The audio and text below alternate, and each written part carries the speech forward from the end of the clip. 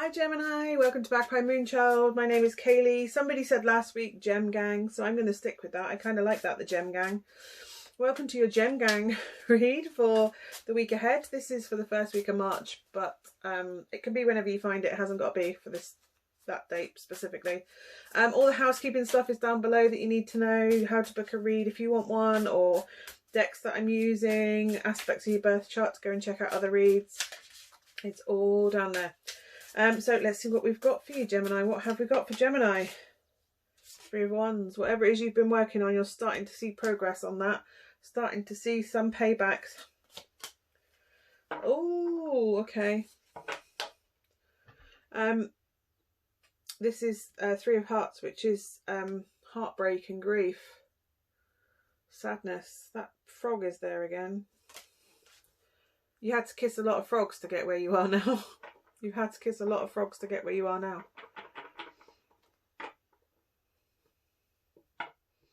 Or a lot of toads. You kissed a lot of toads to find a prince. Whoever the big one was that hurt you, that you thought was your forever, your Prince Charming or whatever.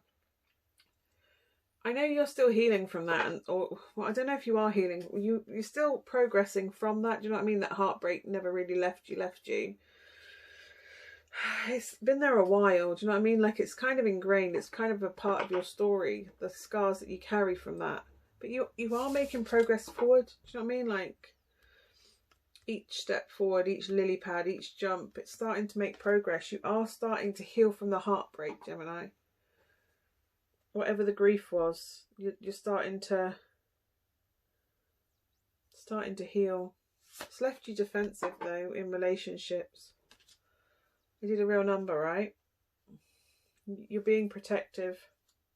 You are still healing. You're still healing from that heartbreak. Do you know what? It could have been like 20 years ago. It doesn't matter, Gemini. It seems to still haunt you. And you feel like you kind of get over like one bit of it and then you go down again and then you back up. But that's the story with grief, isn't it? It's a journey. You're never going to quite...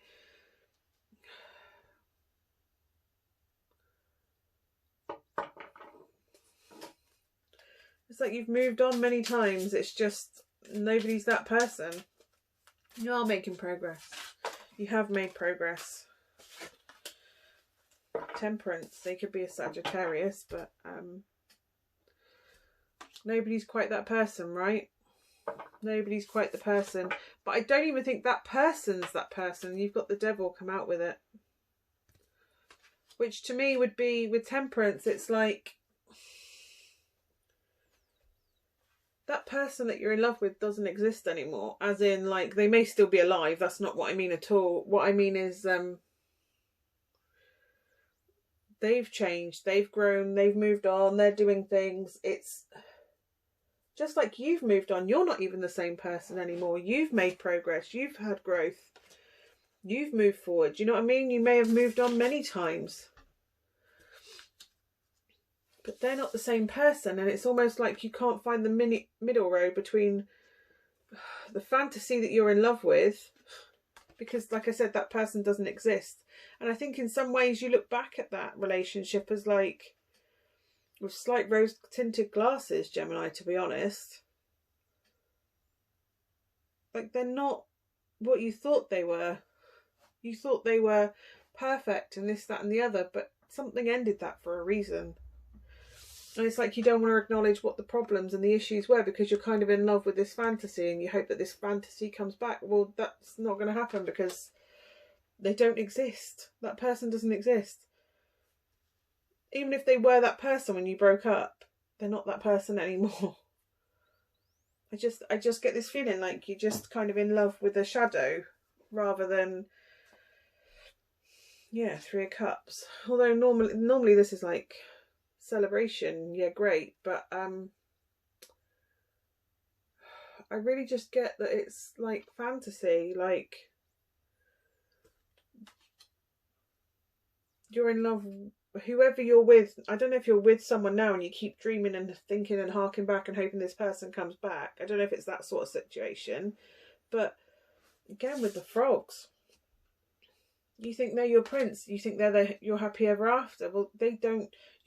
I think you're with someone now and you're here looking for someone else. Like, you're looking to see if they're coming back. They're not coming back because they don't exist. You're in love with a fan. You're in love with the person that you're with. I don't doubt that you love the person you're with because you're moving on. Do you know what I mean? But the heartbreak that you hold for them and the hope that they'll come back, it doesn't exist. That person doesn't exist. It's not. It's a fantasy. You're in love with a fantasy. I'm sure you did love each other deeply, and I'm sure you were soulmates, but soulmates are also people that come and go from our life. You can have more than one soulmate. And they don't even have to be romantic, you know. Everybody has this Disneyfied, like, idea that your soulmate is the one person that you're supposed to come into this life and you fit each other perfectly and everything's great after that. It's not like that. There are karmic ones. There's all different types of soulmates. They were a karmic. They're not coming back. As horrible as that, I really hate having to tell you that, but they're not coming back, Gemini. Shadows, fantasy, things that aren't real. Hidden feelings. You still have feelings for this person. I'm not saying your feelings aren't real feelings. It's just the person that you're bestowing them on isn't a real person as such that's in your life. I really hope this makes sense. And I'm not trying to make out you're a crazy person in love with a dream. It's not. Because I think you genuinely love this person or loved this person. You were in love with them properly. You thought they were the one. But they weren't. They weren't. They could have been, but they weren't. And now you kind of leave half your heart with them back there, wherever you broke up, and the other half is what you invest. What's left, you invest. You kind of keep them a secret. Your love for them's a secret. But that needs to come up and be dealt with. I'm getting that it was something that started and it never really had the chance to fully, like, flourish. Neither of you were in a good place. You weren't in the perfect place to be together when you met. That's the problem. And now you are. Maybe now you are in a more stable environment, headspace, financially, where you could be together. And that's why you're like, oh, if we met each other now, it would be great. It would be perfect. But they're not coming back in necessarily. I'm really not getting that they're coming back in. I'm really getting Sagittarian energy, or at least fire sign energy, that this person is. Sex was amazing. That also compounds everything, thinking that, well, the sex was amazing. So, you know, if we're soulmates, the sex will be breathtaking. But right now I'm getting that you're not going to be together. It's you on your own, or you with someone else. You're not with them. You remain loyal, don't get me wrong, you remain loyal. Confident, sexy. You're in a really good place within yourself. That's why you feel like you're ready for them to come back in your life, because you're in the place now that you wish you'd been in then. You wish you'd been an option. You've got the 9 of Swords, anxiety. It's keeping you up at night that they're not coming back in. You think they're your twin flame. You think they're your twin flame. And if you have to think they're your twin flame, then they're not your twin flame. If it's very, very, very, very, very, very rare that twin flames find each other. And the reason I don't like the twin flame thing isn't that they don't exist. It's not that they don't exist. It's that people are so desperate for this fairy tale other half of their soul that comes in, that they will go back. They confuse who actually is, and they go back to toxic and potentially abusive situations. And I'm not down for that. I'm not down for chasing that. Don't get me wrong, if you're with a twin flame, it's not an easy journey, but it's not red flags and abuse. It's hard, but it's not red flags and abuse and toxicity. They help you grow push through your own personal darkness, not create darkness for you to have to push through. They don't make you earn their love. It's unconditional, because it's you love yourself unconditionally, they love themselves unconditionally. If you don't love yourself unconditionally, then your twin flame doesn't come in, unfortunately. But you're desperate for it to come in. That's why you're up all night going, I wish I could have my twin flame come in. Your twin flame might not even, you may not even meet up in this lifetime. I mean, have a look at twin flames. The likelihood that 7 point however many billion people all meet up in this lifetime. I believe they are a thing. I truly believe they are a thing. But even if they are, there's supposed to be like 144,000 of them out of 7 point however many, 4 billion people on the planet. And that's if they're all here in this lifetime together. You've got better odds of winning the lottery. Without being horrible, you've got better odds of winning the lottery jackpot. You just want to be happy. I get that.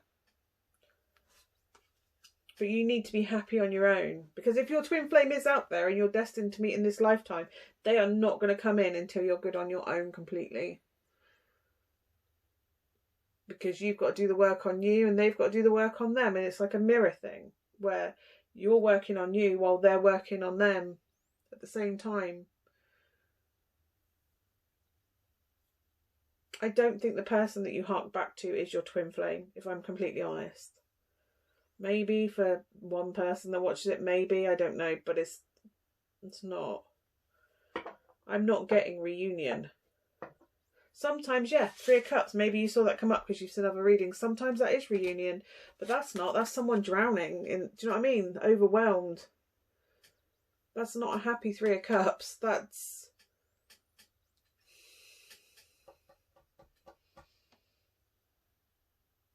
You're up all night. You're worrying too much on finding someone when really what you should be doing is getting yourself to a place where you're in such a good place you don't need someone, because that's when someone pops in. When you've done the work, the person pops in that you're supposed to be with when you've done the work, when you're not looking for them. Yeah, it's time to go in and do some work. You've got lessons to learn. You've got things to find out about yourself. I don't know if you're quite young and this is like a childhood sweetheart, or you think, oh, we're childhood sweethearts and we'll get back together one day. Maybe you will, but what's going to happen? You get to 10 years down the line when you meet them again and they go, oh, I've done this and this, and you go, oh, well, I've sat around and waited for you. That's not... I want to tell them stories. Do you know what I mean? So you've got literally nights together afterwards just sharing stories and telling tales and sharing memories. You'll probably find out that both of you have done similar things at very similar times, but because that's what twin flames do. They mirror each other. There's synchronicities and... But the person you're here thinking about, wanting to know about, isn't your twin flame. And I really hate to tell you that, because I don't think that's what you want to hear. And you'll probably click off because I'm not saying it, or disregard it because I'm not saying it, because I'm saying they're not your twin flame. But you really need to do more research into that. If you think it's some sort of beautiful love story where they come into your life and everything's magically okay, no, you've got to go in and do your own healing, do your own work. Because when you come together, it's for a bigger purpose. If you are twin flames, it's for a bigger purpose, and you cannot be coming together to heal each other, because you're here to help and heal other people, not just you. If that's the case that you are. If you want romance and a happily ever after and a happy joy fairy tale ending, you don't want a twin flame. You don't want a twin flame. You want a soulmate, a romantic soulmate. Projecting oneself.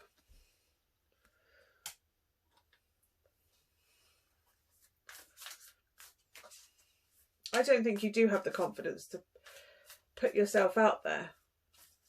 I don't think you are in a good, happy, self-confident place, because you would be putting yourself out there, not looking back to an ex that you think might be your twin flame. You would be out there doing things, not worried about whether they're coming back. I think you've got work to do on your confidence. Like, why do you need another person? You shouldn't need or want another person. You should want another person, but not need them. Why do you need someone? And it's about looking at what you do have. Do you know what I mean? You have, and that comes from, instead of looking at what you don't have within yourself, that you need another person, start working on that. But also appreciate what you do have without another person. Look at the mirroring on that as well, by the way. If your twin flame is on its way to you, on their way to you, then they're doing this too. They're doing this work too. Because they'll be in the same place. Again, with the equal and opposites. I don't know if you've got water in your chart or fire in your chart, but somebody's fiery and somebody's like quite emotional. But you need to be more confident. You need to work on your confidence and your worth and your value. I think you are looking back at this person with like rose tinted glasses, but I don't think it was as happy as you think it was. You've told yourself it was.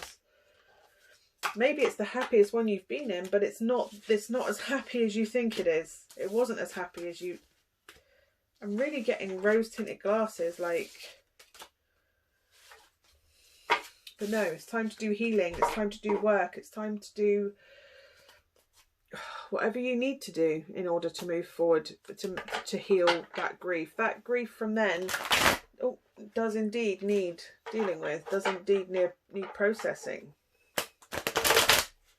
Because you're trying to hark back to and gain some sort of emotional support from something that isn't there anymore and isn't likely to come back. You have to, if they are your twin flame and they come back in your life, then you need to do the healing as though they're not. You need to just act as though they're not coming back. Because that's the only way you're ever going to get yourself to a place where they do. I feel really mean with this reading. I really do feel mean, and it feels painful to give it. Trust me. I don't want to give hard readings, but I get what I'm given. And this is very clearly saying you need to do work on you, because if you do have your twin flame out there waiting to come in, you need to be ready for them. You need to have done the work. Otherwise, the universe isn't going to bring them in because you're not in a place, and it'll be waiting till the next lifetime. But you need to get yourself ready for them.